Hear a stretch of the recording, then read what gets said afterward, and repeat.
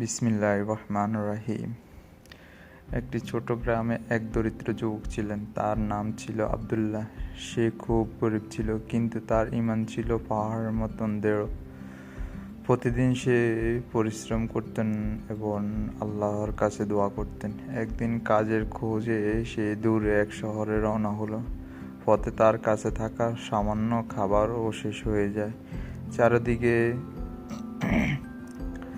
জনমান ও মরুভূমি, ক্ষুধা ও তৃষ্ণায় সে দুর্বল হয়ে পড়ে।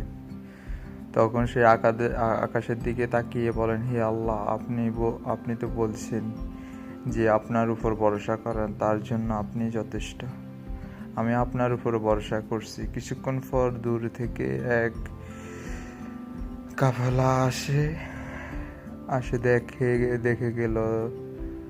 তারা আব্দুল্লাহকে দেখে তার অবস্থা বুঝতে পারলেন। তাকে পানি ও খাবার দিয়ে এবং শহর পর্যন্ত পৌঁছিয়ে দিলেন। শহরে পৌঁছে আব্দুল্লাহ একটি সৎ ব্যবসায়ীর কাছে কাজ পেলেন। তার সততা ও শ্রম দেখে ব্যবসায়ী খুব খুশি হন। কয়েক বছরের মধ্যে আব্দুল্লাহ একজন সফল ব্যবসায়ীতে পরিণত হয়। লোকেরা তাকে জিজ্ঞাসা করতেন, তোমার সফলতার রহস্য কি? আব্দুল্লাহ মুচকি হেসে বললেন, আমার সফলতার রহস্য হলো আল্লাহর উপর ভরসা করা, হালাল পথে শ্রম দেওয়া। আব্দুল্লাহ এখন শহরের একজন সম্মানিত ব্যবসায়ী। আল্লাহর রহমত ও অভাব দূর হয়েছেন, কিন্তু সে কখনো তার অতীতের কষ্টের দিনগুলা ভুলে যায়নি। একদিন বাজারে যাওয়ার পথে সে এক ছোট ছেলেকে রাস্তার পাশে বসে কাঁদতে দেখলেন। ছোট ছেলেটির পোশাক ছিলেন ছেঁড়া আর তার চোখে মুখে ছিল ক্ষুধার চিহ্ন। আব্দুল্লাহ তার কাছে গিয়ে জিজ্ঞাসা করলেন, বাবা, তুমি কাঁদছো কেন? ছেলেটা উত্তর দিল, আমার বাবা অসুস্থ, আমার ঘরে খাবার নাই, 2 দিন ধরে আমার ঠিক মতন খেতে পারি নাই। ছেলেটির কথা শুনে আব্দুল্লাহ নিজে কষ্টের দিনগুলোর কথা মনে পড়ে গেল। সেই ছেলেটিকে নিয়ে বাজারে গেলেন এবং তার পরিবারের জন্য খাবার, ওষুধ, প্রয়োজনীয় জিনিস, আসবাবপত্র কিনে দেন আব্দুল্লাহ। এরপর সেই ছেলেটির বাবার সঙ্গে দেখা করলেন। অসুস্থ মানুষটি আব্দুল্লাহর জন্য অনেক দোয়া করলেন। সেই রাতে আব্দুল্লাহ যখন নামাজ আদায় করছিলেন, তখন তার মনে হলো এক অদ্ভুত প্রশান্তি অনুভব হলো। সে বুঝতে পারল, মানুষের উপকার করা আনন্দ পৃথিবীতে কোনো সম্পদের চেয়ে বেশি বড় না।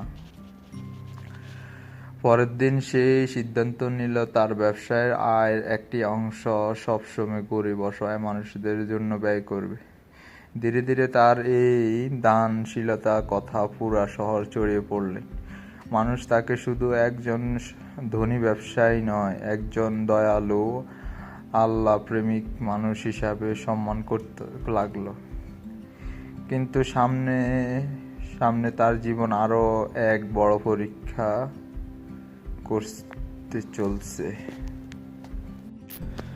আব্দুল্লাহর ব্যবসা দিন দিন আরো উন্নতি করতে লাগলো। মানুষ তার সততা ও দানশীলতার জন্য তাকে ভালোবাসতেন। কিন্তু দুনিয়া কখনো এক অবস্থা থাকে না। আল্লাহ তার বান্দাকে বিভিন্নভাবে পরীক্ষা করেন।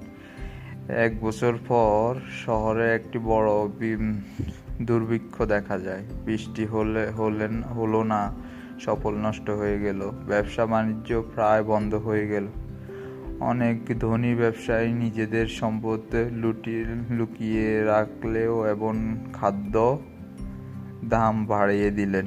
কিন্তু আব্দুল্লাহ ভিন্ন সিদ্ধান্ত নিলেন। সে তার গুদামঘর খুলে দিলেন এবং দরিদ্র মানুষদের জন্য খাবার বিতরণ শুরু করলো।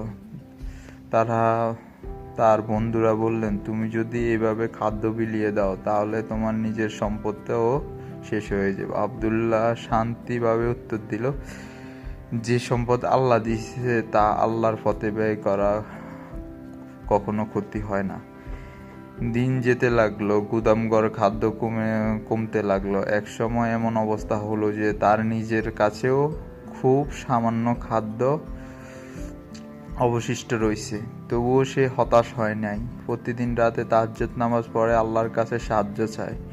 একদিন ভোরবেলা শহরে একটি বড় বাণিজ্য কাফেলা এসে পৌঁছালেন। তার দূরের দেশে থেকে খাদ্যশস্য নিয়ে আসলো।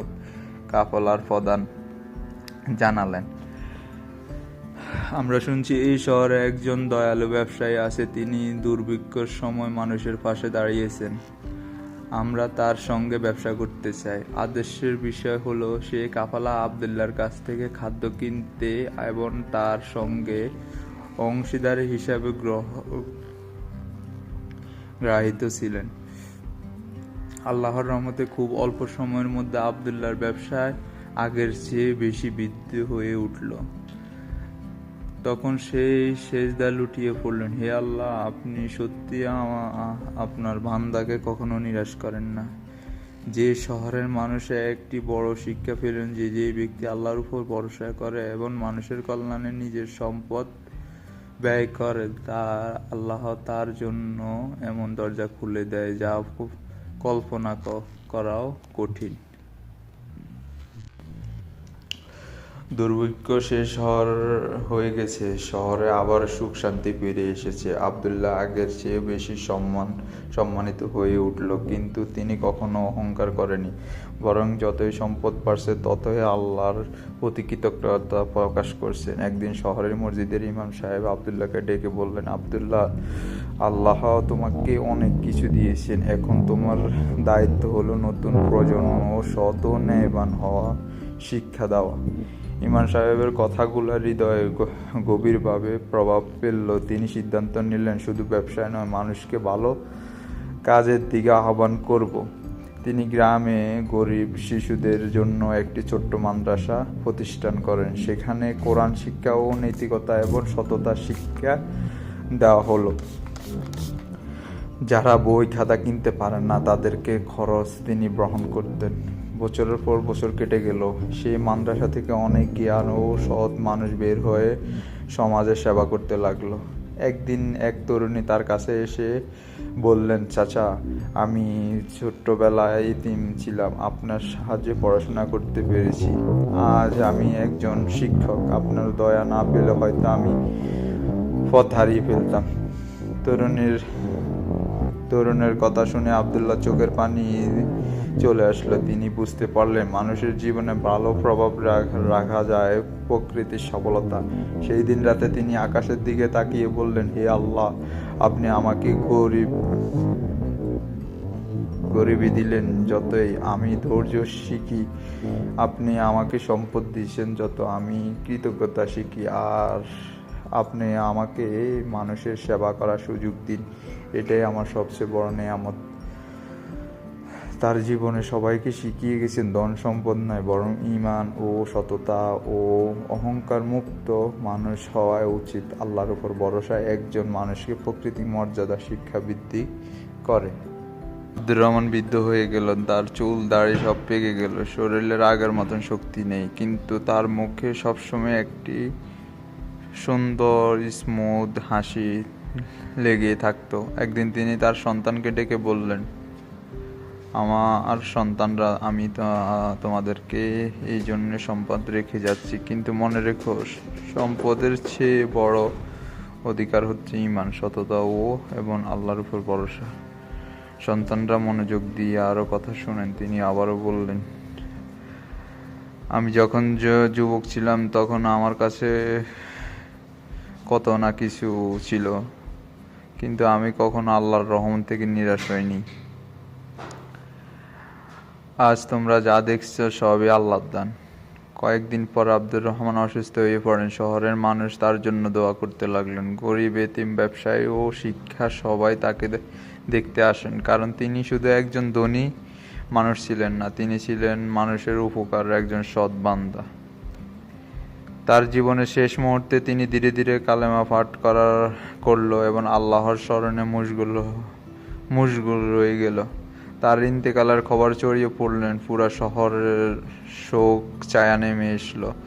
জানাজার দিন হাজার হাজার মানুষ উপস্থিত হলেন। সবাই বলছেন, আব্দুর রহমান আমাদেরকে শিখিয়েছেন যে আল্লাহর উপরে ভরসা করলে কোনোদিন কষ্ট স্থান থাকে না। তার তার প্রতিষ্ঠান মাদ্রাসা চালুই রইল। গরিবদের সাহায্য করার কাজ চলতেই থাকলো এবং মানুষের জন্য দোয়া করতে লাগলো। এভাবে একদিন মুমিন সৎ কাজ আর মৃত্যুর পর মানুষের হৃদয় বেঁচে থাকে। আল্লাহর উপর ভরসা করা মুমিনদের সবচেয়ে বড় শক্তি। দুনিয়ার সম্পদ একদিন শেষ হয়ে যাবে, কিন্তু নেক আমল থেকে যাবে পরকালের জন্য। মানুষের উপকার করা সবচেয়ে মূল্যবান কাজগুলোর একটি কাজ। আল্লাহর সন্তুষ্ট একজন মুসলিমের জীবনের প্রকৃতির লক্ষণ। একদিন ওমর পুরনো একটি কাঠের বাক্স খুলে দেখেন সেখানে তার বাবার হাতে লেখা একটি চিঠি রাখা আছে। প্রিয় সন্তান, যদি কখনো জীবনে বড় কোনো বিপদ আসে তাহলে মানুষের উপর নয়, আল্লাহর উপর ভরসা করবেন। মনে রেখো, আমি যা পেয়েছি সব আল্লাহর রহমতে পেয়েছি। চিঠিটি পড়ে ওমরের চোখে বেজে গেল। কয়েক মাস পরে তার ব্যবসা বড় ক্ষতি হলে অনেক লোক তাকে ছেড়ে চলে গেল। কেউ কেউ বলতে লাগলে, এবার আর তুমি ঘুরে দাঁড়াতে পারবে না। কিন্তু ওমর তার বাবার চিঠির কথা স্মরণ করে সেই ধৈর্য ধরে নামাজ ও দোয়া মনোযোগ দিল এবং সততার সঙ্গে কাজ চালিয়ে গেলে ধীরে ধীরে পরিস্থিতি পরিবর্তন হতে শুরু করলো। আল্লাহর নতুন নতুন সুযোগ সৃষ্টি করে দিলেন। কিছুদিন পরের মধ্যে ব্যবসায় আবার স্বাভাবিক হয়ে উঠল। তখন ওমর বুঝতে পারল তার বাবা শুধু সম্পদ রেখে যায়নি, তিনি রেখে গেল ঈমান, ধৈর্য, আল্লাহর উপর ভরসা, শিক্ষা। সেই দিন থেকে ওমর মাদ্রাসার শিক্ষার্থীকে একটা কথাই বলে বারবার, যে ব্যক্তি আল্লাহর উপর ভরসা করে তা আল্লাহ কখনো নিরাশ করে না। বছরের পর বছর ধরে এই শিক্ষা ও প্রজন্ম থেকে আরেকটি প্রজন্মের কাছে পৌঁছতে লাগলো। এভাবে একজন সৎ মানুষের নেক আমল আর মৃত্যুর পরও মানুষ হৃদয়ে আলোকিত ছড়িয়ে থাকে। মানুষের আসলে ভালো কাজ করলে মানুষের হৃদয় সবসময় মানুষের মুখে মুখে থাকে। যে কোনো ব্যক্তি দুনিয়াতে ভালো কাজ করলে আপনি সব জায়গায় সম্মান পাইবেন, খারাপ কাজ করলে সব জায়গায় বদনামি পাবেন। এই কালেও আপনার সব শেষ, ওই কালেও আপনার শেষ। আসলে আমরা মৃত্যুকে ভয় করা উচিত। যে ব্যক্তি মৃত্যুকে ভয় করবে সে হচ্ছে আল্লাহর প্রকৃতি বান্দা। পরকালে কি হবে, জাহান্নামের আগুন কেমন হবে, আমরা একবারও ভাবি না। এই গরমে আমরা অনেক রোদ দেখতেছি এখন, এই সামান্য রোদ সহ্য করতে পারি না, কিন্তু 1 বিঘা মাথার উপরে সূর্যটা এনে দিবে, তখন আমাদের কি পরিস্থিতি হবে। যাক, আল্লাহ সবাইকে বোঝার তৌফিক দান করুক, আমিন। এখানে সমাপ্ত দিলাম এই গল্পটা। আসসালামু আলাইকুম রহমতুল্লাহ।